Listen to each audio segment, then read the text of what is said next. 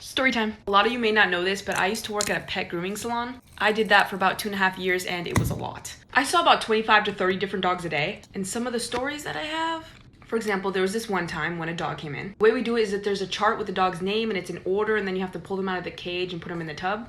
When I pulled this dog out of the cage, you have to be careful because you can never know if a dog's gonna bite you or if it has cage anxiety. But this dog was super kind and sweet. However, when I was pulling him out, I noticed that this dog was super dirty. And usually you can't physically see the dirt on the dog, but I could on this dog. It was a small dog, about yay big. So my thought was like, okay, I just have to shampoo him and like rinse him a little bit more. So when I started rinsing him at first, I started noticing little black specks jumping off of him. We're using a white tub so I can see these clearly. I had just barely sprayed him and I saw that they were fleas. I said, oh, this dog has fleas. So I had to move him over to the flea tub and then rinse the tub out. This keeps the other dogs from getting fleas and just prevents everything. We have a special shampoo for fleas. Okay, listen, this dog was black and white, but the white part of the dog was basically brown. And when I started putting the flea shampoo on him, I have never seen anything so.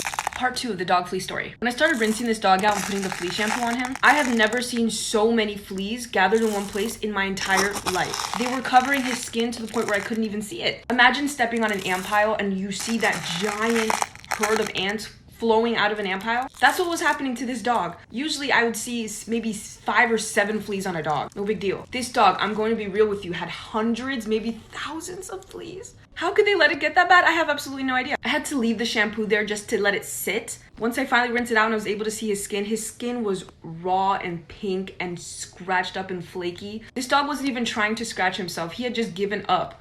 He was so sad. He was really like, this is my life. This is what it feels like to just be alive, to constantly be uncomfortable and in pain. His skin was terrible. I had to brush fleas off of me because they were jumping everywhere. It was like sand on a beach. I literally can't even describe it. Anyway, I got the dog cleaned and we washed him and everything. I have no idea who the owners are. Just please take care of your dogs. By now, most of you know that I used to work at a pet grooming salon and I have a lot of stories. One of these being that a dog actually died at the salon.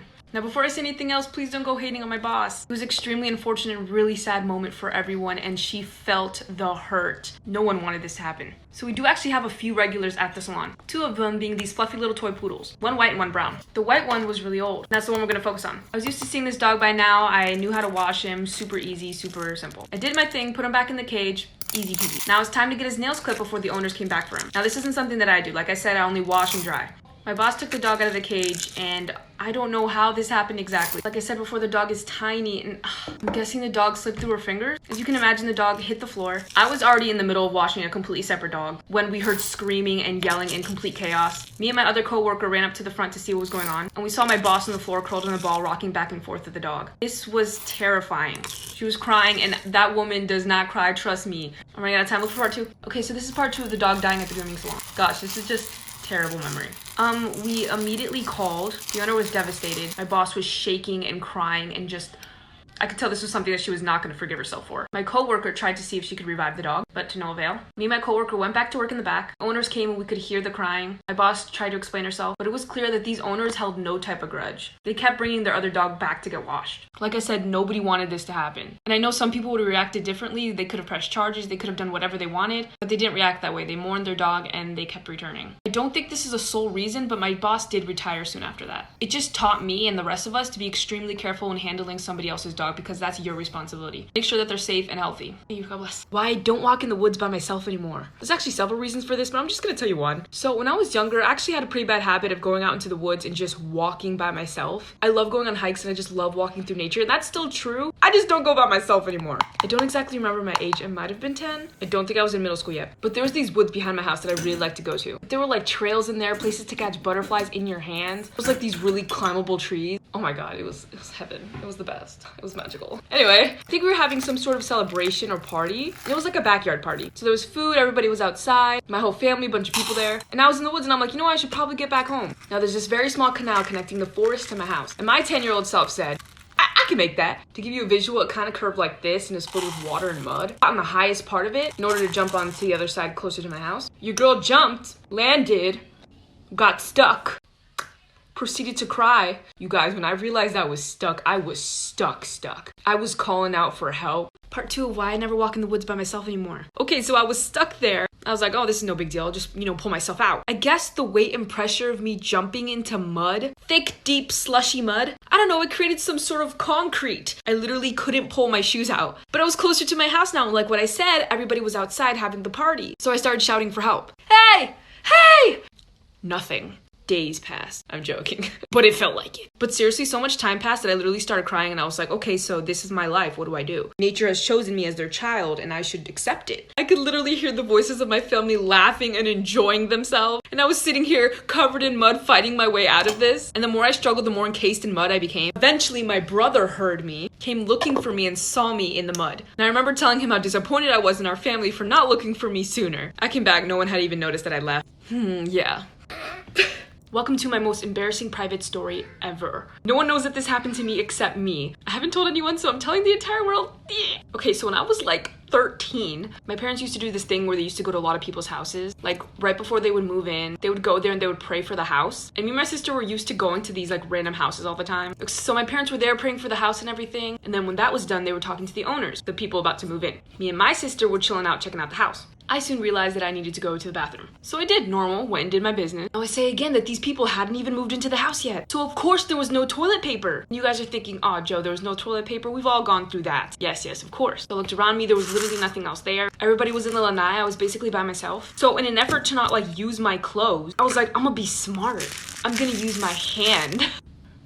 I'll use my hand because then I can wash it and it'll be no big deal.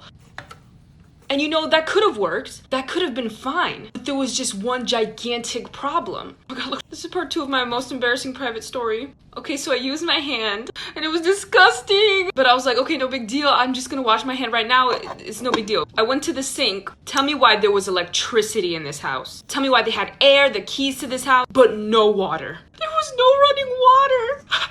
I was standing there with my hand and the sink wasn't running any water. So 13-year-old me starts panicking because I'm an idiot. Oh, okay, there's no water here, but maybe there's water in the kitchen. I go to the sink in the kitchen. Nothing. I have never felt so defeated. My hands smell. It was slimy. Ew! I'm so sorry if I'm grossing some of you out. It's real. It's real. You guys know I'm a crier, but I didn't cry. I was going to, but I didn't. I went to my mom. I was like, Mom, please tell me you got a water bottle, you got a paper towel, you got something in your purse. She's like, no, I don't got anything. You telling me you got that gigantic bottomless pit of a purse and now you don't got anything? I did eventually find a napkin, but that didn't get rid of the stink. I just kind of had to keep a fist the rest of the night. Yeah, nobody knew about that. I hope that was entertaining because that was just sad. Y'all asked for more dog content. Here's a story the first time that I got bit at my job. And this is because I let a dog bite me because of anxiety. You guys know how it works already. I get the dog from the cage, I wash it, I dry it, and then I put it back. My boss usually doesn't ask me to do this, but she asked me on this particular day to grab this dog's leash and put it on this dog. She might have been running behind or something like that. Now, I wouldn't say this dog was aggressive.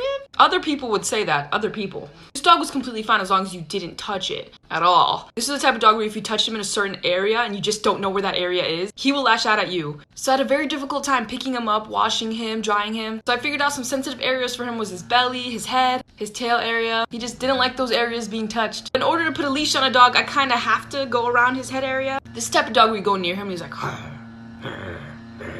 yeah.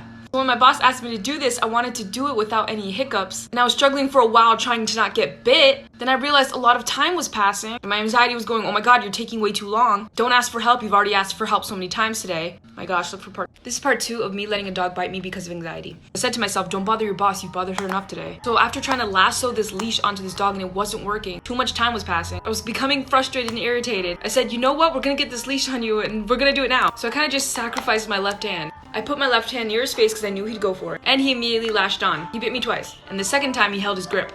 He bit me here, and then he grabbed on here. I kept a straight face and I put the leash over him with my right hand. Once I tightened the collar, I backed away and he let go. I looked down at my hand and there was blood running all the way down my arm. You can't really see it on camera, but you can still kind of see where he bit me. The skin on my thumb had completely come off. So I kind of just stared at my hand, went into the bathroom, washed off, put a band-aid on it, then continued washing the rest of the dogs for the rest of the day. The good news is it was on my left hand and I'm right-handed, so I could use my right hand to do most of the work. I was not angry with the dog at all. It was 100% my decision to do that. He's just a dog acting on instinct. That wasn't my sole reason for leaving, but I did leave my job like a couple months after that. But that's a different story time. Bye. Story time. When I was 16, me and my cousins for my birthday, we woke up in the morning and we decided to go on a trail. I lived near some ranches, so there was always horses, four-wheelers going by and like making trails in the woods. So we decided to go on one of these trails and we walked as far as we possibly could. We were like, okay, we've seen enough, so we decided to walk back. But on the way back, we ran into a little bit of an obstacle. A snake in our path. snake that would just not move. You understand, there was no way around this snake. Okay, this is broken. On our path, there was this little creek that we passed that had this tiniest wooden plank as a bridge. This snake decided to rest right on the plank. We had no place to go unless we wanted to get in the water. Our strategy was throw rocks at it, throw anything at it. It would not budge. Plus our aim was really bad. Guys, when I tell you, we spent like a good 10 minutes screaming at this snake. Snake. Cause I decided to get a little closer, maybe spook it away. This thing that we had been screaming at for the past 10 minutes was a stick. You guys, it's a stick! You're kidding me. No.